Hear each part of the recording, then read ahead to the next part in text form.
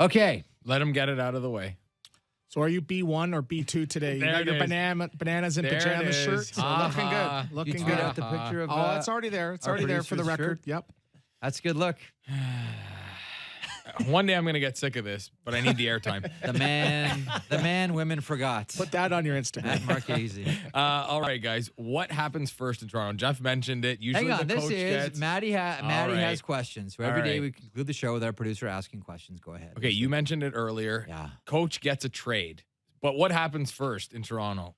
They get a trade to shake things up, or the coach, they move on from the coach? I'll take the trade vote. I think that Dubas is going to be a little bit more patient than I think the general public has believed. So I'll vote for the trade. Same there. Same here. You have to make a trade to try to shake things up. Firing the coach, as Berkey says, is a last case resort. So I think make a couple trades, see if you can improve the team before you fire the coach. Now this is great. It's a tough spot for Merrick here because it'd be boring if he says the same as us. Yeah. I go coach.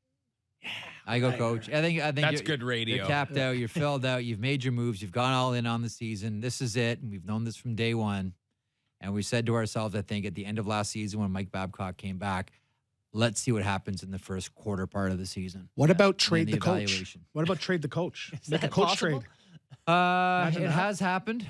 Quebec and New York Rangers first-round draft pick going the other way, but I don't believe you can trade a coach now. And I don't think you can do it in season, It has happened in the NHL. Speaking of coaches, which coach who is on a new team this year has done the best job through the quarter point of the season? So we got Aikens, Tippett, Smith, Kruger, McClellan, Vigneault, and Quenneville.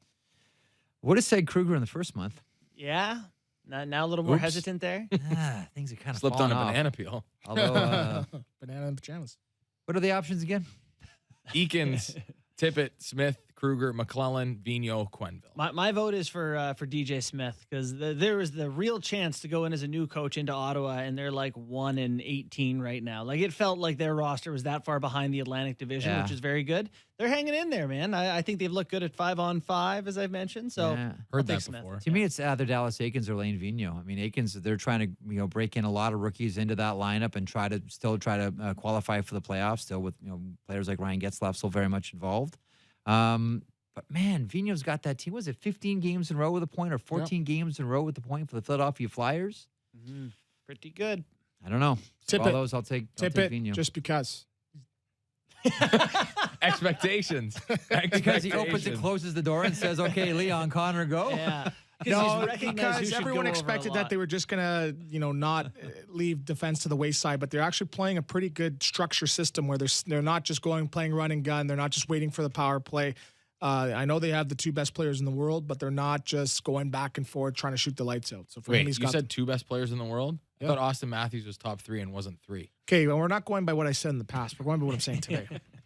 Corey Schneider hits waivers. Life is lived in the past, but experienced in the future, or something like that. Corey Schneider hits waivers today. Do we think he ends up back in the NHL at some point? Do not forget, he's got 2 years left at $6 million per. Man, that body has been through it. One of the shames of all of this is that Corey Schneider gave his best years to a team that was not at its best. That's always bad when you see, specifically the goaltender, when you're giving a team your best years and that team is nowhere close to winning. At the end of it, you can't help but feel bad for that guy. Yeah. But his body's been through a ton. Yeah, he's done. I think he's done. I just don't see it. The contract is just too much. You wonder if he's not one of those guys that ends up getting LTI retired, as the saying goes. Like, it's my back. Well, who knows? Maybe it's a bit of a confidence boost. Maybe he goes down to the minors. If they end up making the playoffs, he comes back and he gets in a game and saves their series. You never know. But too many injuries. It's been a long career, but hoping for the best. I still thought in his prime, he was one of the best goaltenders in the game and wasn't a blocker. Like, it wasn't just one of those goaltenders that came out and blocked shots. Yeah, he made saves. Yeah, he's active, and so he was behind Luongo or with Luongo there for a while. And he was part of the Horvat trade. Yeah, he looked like one of the best goaltenders in the league for about a 3-year stretch. But yeah, injuries caught up, and as you said, he played for some tough teams there in New Jersey. That's it, Matty? I had a quick one, but we're not going to get to it. We got 15 seconds. Is it Paul yes or no? Bissonnette, can he make an NLL team after his tweet? No. Even if he was good enough, they wouldn't let him. Good for him, though. Love him. Love that guy. Thanks for joining us. Hockey Central back tomorrow at 12.